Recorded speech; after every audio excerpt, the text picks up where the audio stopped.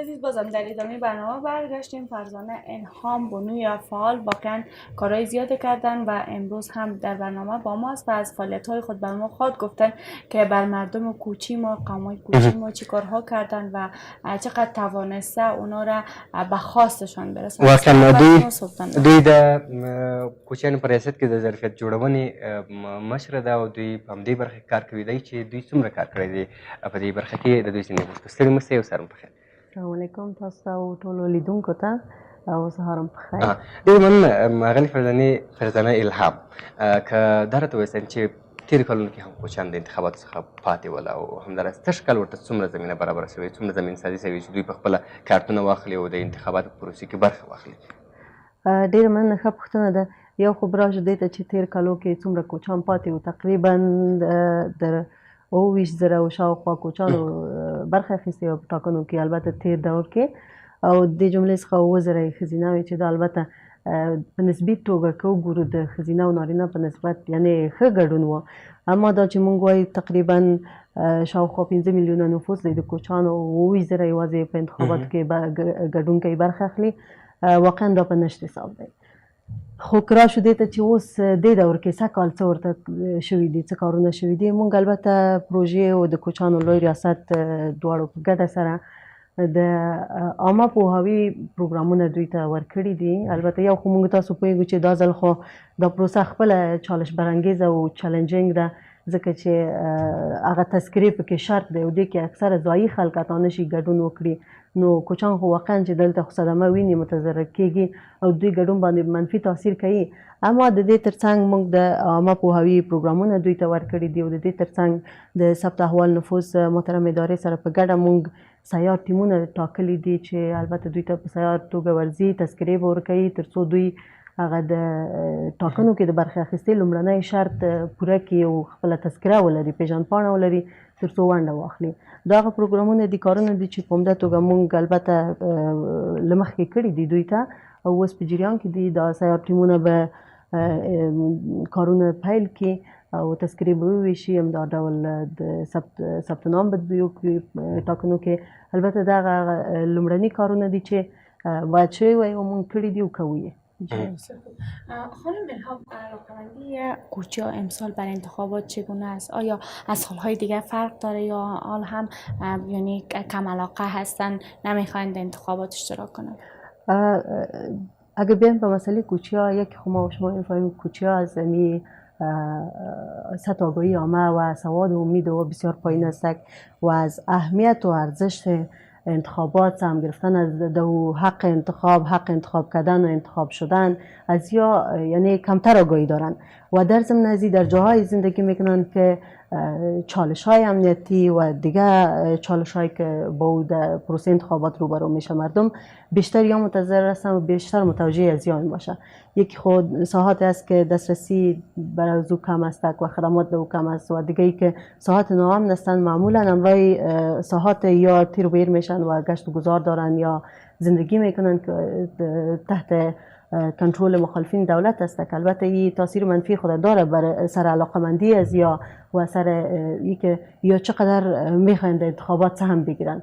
و در ضمن از این موضوع دیگه ای است که از تعداد از کوچی‌ها، البته ما شما همچنان مردم عام و دیشین همچنان از کارکردهای وکیل صاحبای امی دور فعلی که وکیل هستند ناراضی هستند. در ضمن از بی‌باور هستند نسبت به شفافیت پروسه. قسمی که همه ما شما تقریبا سرباور ما به میزان بی‌باوری، به میزان علاقمندی ما تاثیر بسیار بزرگ داره. همین قسم در کوچی‌ها می‌بینیم مسئله است، اما به هر حال میزان علاقمندی ده یا به خاطر زیاد است که تا حال ما البته تا سطح ولسوالیا روند ثبت نام نرسیده، ولی باز هم در حدود 25303 نفر از کوچه‌ها در مراکز ولایت ثبت نام کردن برای انتخابات.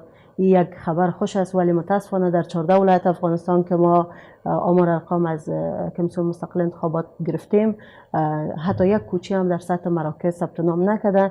اما این که دلیلی نبود کوچه‌ها است در سطح مرکز، البته در ولایت‌ها در ولسوالی هست که هم یک دلیل بوده میتونه برای ولی باز هم نسبت به سالهای گذشته در اثر می پروگرام‌های آگاهی عامه که داده شده و این پروگرام‌های دیگه و همچنان پروگرام‌های ظرفیت سازی که ریاست مستقل انسجام امور کوچه در طی 2 سال اخیر برای انداخته، من مطمئن هستم که می به میزان علاقمندی و سهم گرفتنشان در انتخابات بسیار تاثیر مثبت داره و این انشالله که نسبت به سالهای گذشته بسیار زیاد رقم بالایی خود در انتخابات شرکت کرده. تاسو مخکې هم یاد وکړل چې ډېری کسان دي چې یعنی د سواد سطح ټیټه ده، هغوی په سواد په برخه کې تعلیم په برخه کې کار نه دی شوی تر دې پورې. د تعلیم په برخه کې او همدارس د عامه پوهاوي په برخه کې د کوچیانو ریاست د کوچیانو لپاره څه کړي دي؟ په تېرو کلونو کې څه کړي او څه پلانونه لري ورته او څه په لاس کې لري چې ورسره وکړي؟ ډېر مننه. ښه پوښتنه ده. وروسته دې چې نوی نظام د کرزي صاحب دورې سره شروع شو، البته د تعلیم په برخه کې ډېر ښه پرمختګونه موږ وکړل. ډېر زده کړې یالان مو ښوونځیو ته پوهنتونونو ته خو لا هم ستونزې شته دی، لا هم وجود لري. ستونزې د کوچیانو په هکله نه چې لا هم شته بلکې پخوا هم وي، اوس هم وي او راتلونکي کې به هم وي. دا چې کوچیانو لوی ریاست ورته څه کړي دي، تر دې دمخه د کوچیانو تعلیمي برخه مکمل د معرف محترم وزارت سره وه، د هغوی مسؤلیت و لکه څنګه چې اوس هم دی. اما صرف د نمونې په ډول 2-3 ښوونځي دي چې د کوچیانو لوی ریاست وتوانېدو په ډېرو زیاتو هلو ځلو سره هغه ښوونځي مدیریت خپله کړي او موږ دا وایو چې موږ کولی شو بهتره دا مدیریت کړو، یعنې کولی شو د زده کوونکو کچه لوړه کړو، دوی ډېر زده کوونکي راولو هغه ته سواد زده کړې او تعلیمي پروګرامونو ته یې دخیل کړو. نو په واضح توګه که ووایم تعلیمي کچه ډېره کمه ده، ټیټه ده، خو د کوچیانو لوی ریاست تر اوسه عمومي مسؤلیت د دوی نه لري. په دوی کې همغږي کوي، هغه کوي. اما 3 ښوونځي دي چې په نمونه ډول تېر کال راخیستي دي. تر هغې راهیسې هغه لیلیه ښوونځي دي، البته تقریبا تعداد په ډېرېدو کار روان دی. د یو کال په لړ کې خو موږ ارقام داسې نشو ترلاسه کولی چې څومره هغه ډېر شوی، علاقمندي ډېره شوې یا کار ډېر شوی دی. تر دې دمخه د محترم وزارت معرف هغه و دا مسؤلیت مکمل. اوس موږ په نوو طرحو کار کوو چې څنګه موږ کولی شو د کوچیانو ګرځنده ژوند ته په کتو سره دوی ته ځینې نوي موډلونه یا سیستمونه رامنځته کړو چې څنګه دوی د کډو په مهال چې له یوه ولایت نه بل ته ځي موسمي کډې کوي دوی، نو څنګه وکولی شي اسانتیاوې داسې برابرې کړو چې تحصیل نه او تعلیم نه پاتې نه شي دوی ماشومان او لویان او په دې توګه. او عمومي سواد کچه خو موږ تاسو ته معلومه ده چې ډېره ټیټه ده په کوچیانو کې، البته د لویانو یې مخصوصا بیخي ټیټه ده، د ښځینهو خو بیخي په 0 حساب ده او نجونې اوس هم ډېر زیات په تعلیمي پروسو کې سهم نه اخلي. اما د عامه پوهاوي په برخه کې مخکې هیڅ ډول کار یعنې داسې چې نتایج پرې مرتب شوي اوسېږي نه و شوی، خو اوس موږ کارونه کوو. تقریبا 2 کاله کېږي موږ ځینې انکشافي پروژې لرو د کوچیانو لوی ریاست په چوکاټ کې. د دې لارې نه موږ عامه پوهاوي پروګرامونه مخ ته وړو. البته دا واضح ده چې دا یو پروسه ده، داسې نه دی چې یوې ورځ کې هر څه تغییر ومومي. موږ به دا کار کوو تر څو چې نتیجه ورکړي او په دې باندې ښې پایلې مرتبې شي انشالله. زنده باشین شما خانم الهام. واقعا کوچی ها هم یکی از بخش کشور ما هستند و اونا هم سهم دارن، باید در انتخابات سهم داشته باشن و وقت در بر میره تا اونا ذهنیت سازی شوه و اونا هم درک کنن که ما هم میتونیم در تصمیم گیری جامعه سهم داشته باشیم. سپاس از شما. ډېر مننه له تاسو څخه چې زموږ بلنه ومنله. نو په دې هیله یم چې د انتخابات پروسه نه یوازې د کوچیانو لکه په نورو برخو کې هم ستونزې لرو. ډېری ځوانان لکه څنګه چې مخکې اغلې الهام یادونه وکړه چې دغه نه ناراضه شوي دي، ناراضه دي د پروسې نه، ځکه وکیلانو کار نه دی ورته کړی.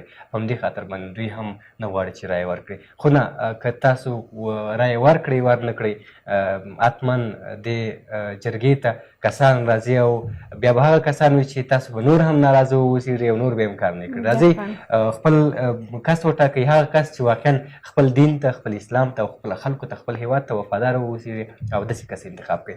نو خب دوستای عزیز، ما هم ناگزیر با شما خداحافظی کنیم تا برنامه فردا که ما و همکارم در خدمتتان قرار میگیریم با مهمانای دیگر. شما را به الله پاک و نیاز میسپاریم. با بقیه برنامه های تلویزیون مشران جرگه همراه باشید. سلامت.